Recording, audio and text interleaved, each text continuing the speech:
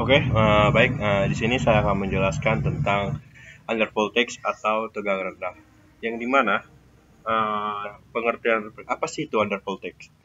Nah, berdasar itu kondisi di mana tegangan sistem berada di bawah nilai nominal yang ditetapkan, yaitu biasanya lebih kecil 90% dari tegangan normal. Nah, contohnya itu sistem 220 volt mengalami under voltage jika tegangan turun di bawah 198 volt. Nah, baik, di sini saya akan menjelaskan penyebab under voltage. Nah, penyebab under voltage itu di antaranya itu ada beban berlebih pada sistem kelistrikan, gangguan pada jaringan transmisi atau distribusi, kapasitas pembangkit yang tidak mencukupi, kegagalan regulasi tegangan, dan ada jarak yang jauh dari sumber listrik. Nah, di sini ada dampak under voltage, yaitu dampaknya itu pada peralatan listrik, kinerja motor listrik menurun, peralatan elektron yang tidak berfungsi optimal, lampu menyala redup, peralatan dapat rusak jika berlangsung lama, dan pada sistem industri. Nah, di sini ada dampaknya itu produktivitas menurun, kegagalan proses produksi, kerusakan peralatan, dan kerugian finansial. Nah, di sini saya tulis di mana ada deteksi under voltage, yaitu penggunaan voltmeter, under voltage relay atau UVR, power quality analyzer, sistem monitoring tegangan otomatis, baru indikator visual atau lampu indikator. Nah, bagaimana sih mencegah dampak hal tersebut dan bagaimana solusinya? Nah, di sini saya membuat pencegahannya itu yang pertama, perencanaan sistem yang tepat, pemeliharaan yang rutin, monitoring tegangan berkala, yaitu distribusi beban yang seimbang. Nah, solusinya itu bagaimana?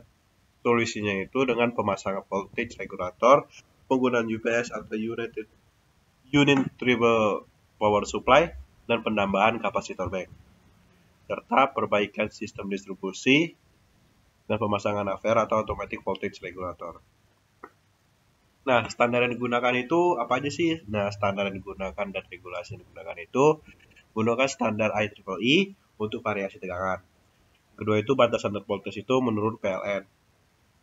Standar IEC untuk peralatan listrik dan regulasi listrikan nasional dan serta rekomendasi toleransi tegangan. Nah, apa sih studi kasus yang case tadi yang bisa terjadi itu? Nah, ini saya mengambil beberapa contoh kasus. Yang pertama itu di pabrik. Pabrik itu mengalami under voltage. Nah, gejalanya itu seperti motor-motor yang berjalan lambat. Nah, penyebabnya itu adalah beban punca berlebih. Solusinya itu bagaimana? Solusinya itu dengan pemasangan kapasitor bank. Nah, setelah pemasangan kapasitor bank itu, maka hasil tegangan itu kembali normal. Nah, apalagi studi kasus yang biasa terjadi? Biasa ini terjadi di perumahan di jaringan. Pertama itu gejalanya seperti lampu redup saat malam. Nah, itu kenapa lampu itu pada saat malam itu dia redup? Nah, penyebabnya itu adalah voltage drop. Nah, karena jarak. Nah, bagaimana sih solusinya untuk mengapai voltage drop itu dengan kita tuh penambahan trafo distribusi, maka itu tegangannya itu menjadi stabil. Kenapa harus ditambah? Karena beban yang sudah diapakan sama trafo pertama ini sudah melebihi batas.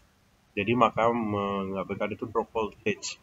Jadi kita harus menambah trafo lagi untuk mengcover trafo yang pertama. Maka tegangan itu menjadi stabil. Nah, di sini saya akan menyimpulkan dari apa yang saya jelaskan. Under voltage itu adalah masalah serius yang ada dalam sistem kelistrikan yang dapat menyebabkan kerusakan peralatan dan kerugian. Nah, pencegahannya itu bagaimana? Pencegahannya itu lebih baik daripada perbaikan.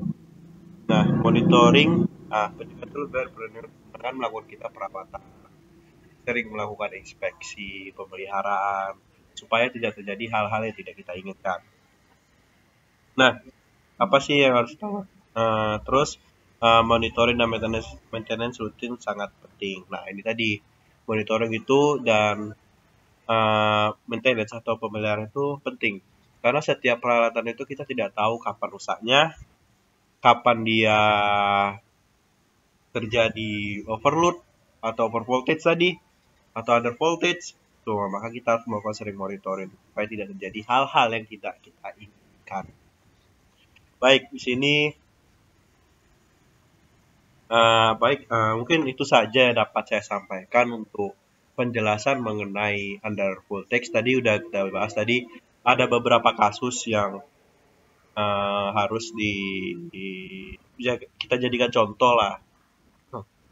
Seperti tadi di industri, seperti di rumahan, kenapa lama redup. Kadang-kadang kalau malam-malam itu penggunaan listrik terbesar itu di malam hari. Maka kalau kita menggunakan listrik itu lebih baik yang perlu-perlu saja lah. Karena kan pemakaian besar itu ada di malam hari. Karena kan orang kan malam hari kan. Jadi itu saja lah yang dapat saya sampaikan.